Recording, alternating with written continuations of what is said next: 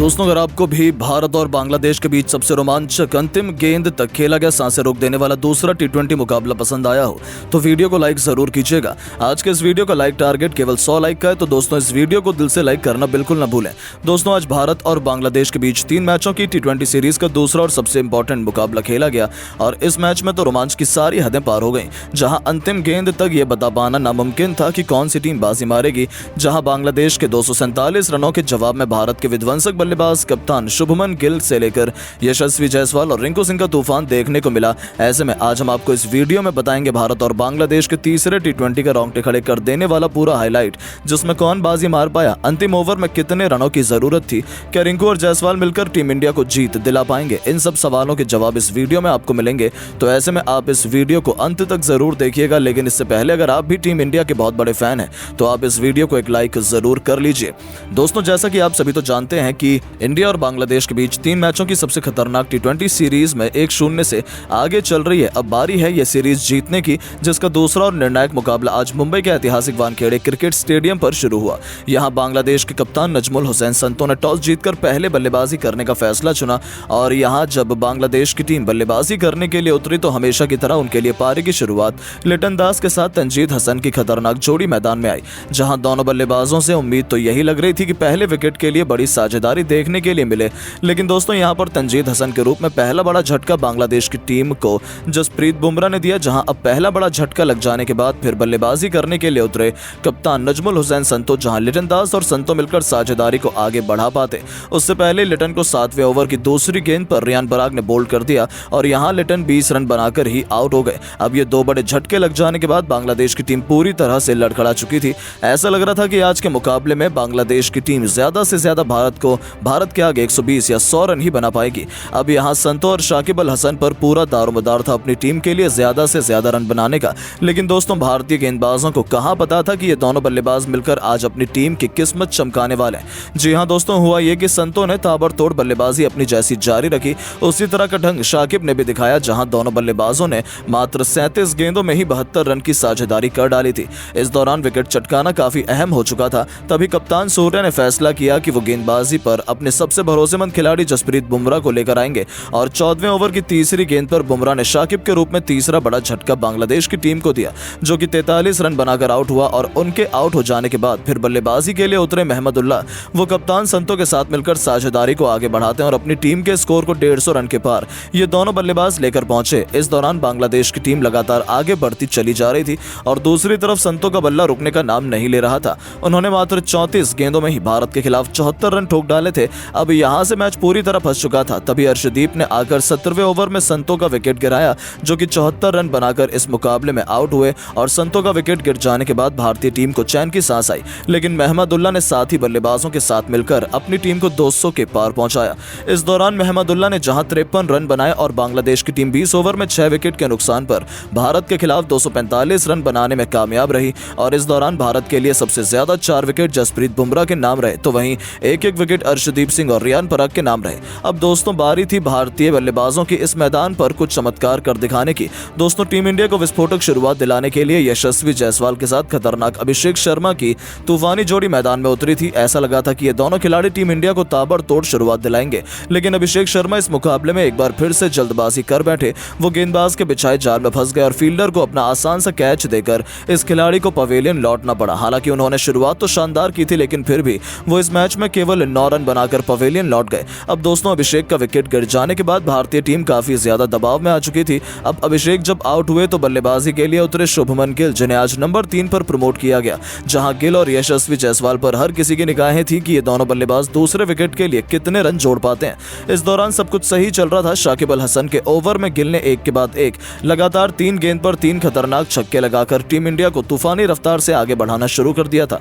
दूसरी तरफ यशस्वी जायसवाल का बल्ला दहाड़ रहा था। 6 ओवर में टीम इंडिया ने 68 रन बनाए तो देखते ही देखते 8 ओवर में भारतीय पारी 90 रनों के पार खड़ी थी। इन दोनों खिलाड़ियों के बीच 100 रनों से अधिक की मजबूत पार्टनरशिप हो चुकी थी। दोनों तरफ से दोनों खिलाड़ी केवल चौके और छक्कों से ही बात कर रहे थे। इसी बीच शुभमन गिल ने अपनी तूफानी अर्धशतक केवल 30 गेंद में ठोक दिया, जो टीम इंडिया की जीत के लिए बेहद महत्वपूर्ण माना जा रहा था। इन दोनों ने भारत को मैच में मजबूत स्थिति में लाकर खड़ा कर दिया था। लेकिन दोस्तों, यशस्वी जायसवाल भी अपनी साझेदारी को ज्यादा देर तक आगे बढ़ा नहीं पाए और 49 रन बनाकर वो आउट हुए। अब पूरी जिम्मेदारी भारत के दो सबसे खतरनाक टी20 बल्लेबाज रिंकू सिंह और शुभमन गिल के मजबूत कंधों पर आ चुकी थी मैच जिताने की, क्योंकि इनके अलावा कोई और बल्लेबाज भारतीय टीम को जिताने का दम रखता नहीं था। अब दोस्तों यहाँ टी20 के शूरवीर रिंकू सिंह ने भी आते ही अपने विस्फोटक अंदाज में एक तरफ से बांग्लादेशी गेंदबाजों की बेरहमी से कुटाई करनी शुरू कर दी। दोनों मिलकर साझेदारी को आगे बढ़ाते हुए अंतिम ओवर तक ले जाते हैं, जहां सबसे खास बात तो यह थी कि गिल आज कमाल की लय में नजर आ रहे थे। उन्हें रोक पाना आज किसी भी गेंदबाज के बस की बात नहीं हो पा रही थी। यहां तक कि रिंकू भी दूसरी तरफ खड़े खड़े केवल उनकी खूबसूरत बैटिंग का आनंद उठा रहे थे। उन्होंने सबसे पहले तो मात्र 30 गेंदों में अपना अर्धशतक पूरा किया और अर्धशतक जड़ने के बाद वो अपने शतक की ओर आगे बढ़ चले। इस दौरान अंतिम ओवर तक जब मैच पहुंचा तो भारत को मुकाबला जीतने के लिए 6 गेंदों में 21 रन की दरकार थी। अब स्ट्राइक पर रिंकू सिंह थे। बांग्लादेश की तरफ से अंतिम ओवर लेकर आए थे मुस्तफिजुर रहमान। अब यहां पहली गेंद मुस्तफिजुर ने यॉर्कर लेंथ पर डाली, जो कि रिंकू से पूरी तरह से मिस हो गई और कोई रन नहीं मिला। अगली गेंद पर रिंकू ने 2 रन भागे और फिर यहां से भारतीय टीम को 4 गेंदों में 19 रन की दरकार थी। रिंकू अभी भी स्ट्राइक पर मौजूद थे और दोस्तों रिंकू शॉट लगाने की कोशिश तो बहुत कर रहे थे, लेकिन उनके बल्ले पर गेंद टच ही नहीं हो रही थी, जिसके चलते यहां बांग्लादेश की टीम पूरी तरह से फुल फॉर्म में थी कि वही इस मुकाबले को जीतेंगे। लेकिन दोस्तों जैसे तैसे करके तीसरी गेंद को लेग साइड की तरफ खेलकर रिंकू ने 1 रन भाग लिया और अब स्ट्राइक पर आ गए शुभमन गिल, जहां गिल को 3 गेंदों पर 3 तूफानी छक्के लगाने थे और तभी भारत की टीम मुकाबला जीत पाती, क्योंकि 3 गेंदों पर 18 रन भारत को चाहिए थे। अब चौथी गेंद पर गिल ने सामने की तरफ छक्का जड़ दिया। 5वीं गेंद पर डीप कवर्स के ऊपर से एक और आसमानी छक्का जड़कर गिल ने भारतीय टीम को जीत की दहलीज पर पहुंचा दिया।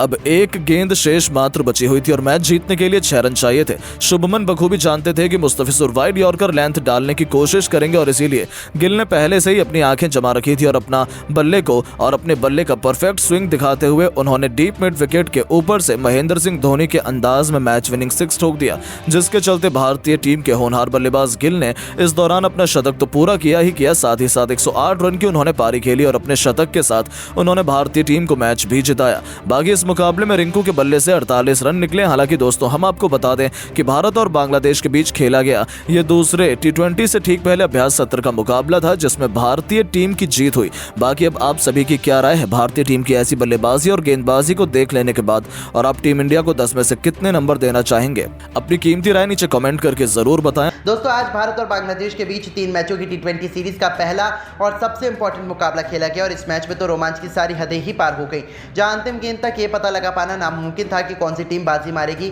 जहां बांग्लादेश के 246 रनों के जवाब में भारत के विध्वंसक बल्लेबाजों कप्तान सूर्या से लेकर यशस्वी जायसवाल और रिंकू सिंह का तूफान देखने को मिला। तो ऐसे में आज हम आपको इस वीडियो में बताएंगे भारत और बांग्लादेश के बीच पहले टी20 का रोंगटे खड़े कर देने वाला पूरा हाईलाइट, जिसपे कौन बाजी मार पाया, क्या रिंकू और सूर्या मिलकर टीम इंडिया को जीत दिला पाए, इन सभी के सवालों के जवाब इस वीडियो में आपको मिलेंगे। तो आप इस वीडियो को अंत तक जरूर देखिएगा, लेकिन इससे पहले अगर आप भी टीम इंडिया के बहुत बड़े फैन हैं तो आप इस वीडियो को एक लाइक जरूर कर लीजिएगा।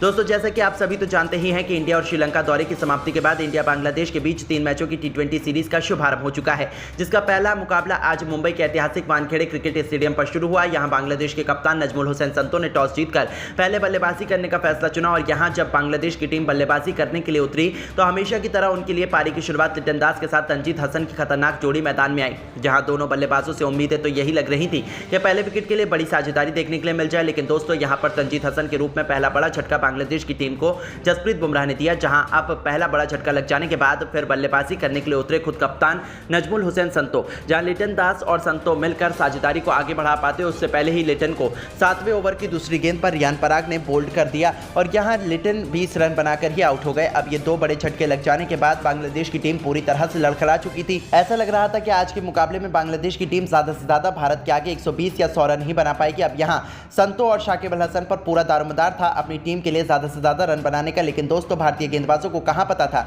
कि ये दोनों बल्लेबाज मिलकर आज अपनी टीम की किस्मत को चमकाने वाले हैं। जी हां दोस्तों, हुआ ये कि संतो ने ताबड़तोड़ बल्लेबाजी अपनी जैसी जारी रखी उसी तरह का ढंग शाकिब ने भी दिखाया, जहां दोनों बल्लेबाजों ने मात्र 37 गेंदों में ही 72 रनों की साझेदारी कर डाली। इस दौरान विकेट चटकाना काफ़ी अहम हो चुका था, तभी कप्तान सूर्या ने फैसला किया कि वो गेंदबाजी पर अपने सबसे भरोसेमंद खिलाड़ी जसप्रीत बुमराह को लेकर आएंगे और 14वें ओवर की तीसरी गेंद पर बुमराह ने शाकिब के रूप में तीसरा बड़ा झटका बांग्लादेश की टीम को दिया, जो कि 43 रन बनाकर आउट हुए और उनके आउट हो जाने के बाद फिर बल्लेबाजी करने के लिए उतरे महमदुल्लाह। वो कप्तान संतो के साथ मिलकर साझेदारी को आगे बढ़ाते और अपनी टीम के स्कोर को 150 रनों के पार ये दोनों बल्लेबाज लेकर पहुंचे। इस दौरान बांग्लादेश की टीम लगातार आगे बढ़ती चलती जा रही थी और दूसरी तरफ संतो का बल्ला रुकने का नाम नहीं ले रहा था। उन्होंने मात्र मात्र 34 गेंदों में ही भारत के खिलाफ 74 रन ठोक डाले और अब यहां से मैच पूरी तरह से फंस चुका था। तभी अर्शदीप ने आकर 17वें ओवर में संतों का विकेट गिराया, जो कि 74 रन बनाकर इस मुकाबले में आउट हुए और